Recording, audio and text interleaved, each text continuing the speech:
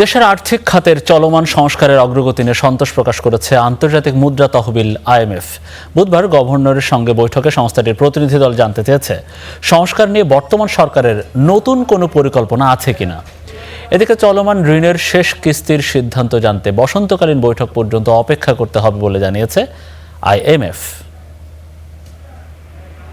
2023 সালের জানুয়ারিতে IMF-এর সঙ্গে বাংলাদেশের $470 কোটি ঋণ কর্মসূচি শুরু হয়। 2025 সালের জুনে $80 কোটি বেড়ে এটি $550 কোটি উন্নীত হয়। মোট ঋণের মধ্যে $364 কোটি পেয়েছে বাংলাদেশ।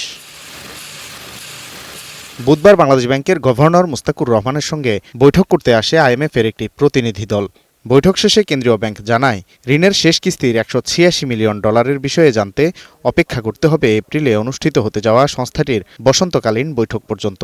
ওনারা যেটা জানতে চেয়েছেন সেটা হচ্ছে ফাইন্যান্সিয়াল সেক্টরের যে রিফর্মটা হচ্ছে সেই রিফর্মের যে কী ধরনের আমাদের পরিকল্পনা রয়েছে সেই পরিকল্পনাগুলোর একটা স্পেসিফিক রোড ম্যাপ ওনারা চেয়েছেন, যে কোন বিষয়গুলো আমরা কবে নাগাদ কীভাবে হতে পারে। এই পরিকল্পনাটা ওনারা একটা রিটার্ন ফর্মে চাচ্ছেন, যে লিখিতভাবে আলোচনায় যে এই ধরনের একটা রোড ম্যাপ আপনারা দিবেন।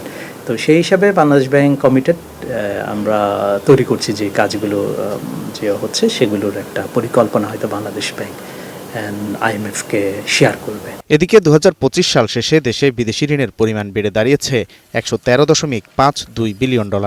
খাত বিশ্লেষকরা বলছেন, ঋণের সঠিক ব্যবহার নিশ্চিত করতে সরকারকে দুর্নীতি দমন করতে হবে। আমাদেরকে যেটা দেখতে হবে যে এই ঋণটা সদ্ব্যবহার হচ্ছে কিনা। এটা তুলনামূলকভাবে একটা লো কস্ট ঋণ।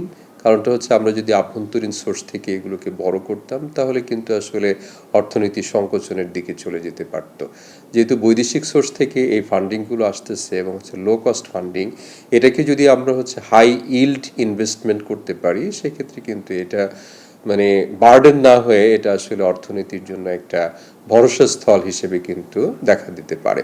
দেশি বিদেশি ঋণ যেন অপ্রয়োজনীয় কোনো প্রকল্পে বিনিয়োগ করা না হয় সেই তাগিদ দিয়েছেন বিশ্লেষকরা। Waled Sakib, star news, Dhaka.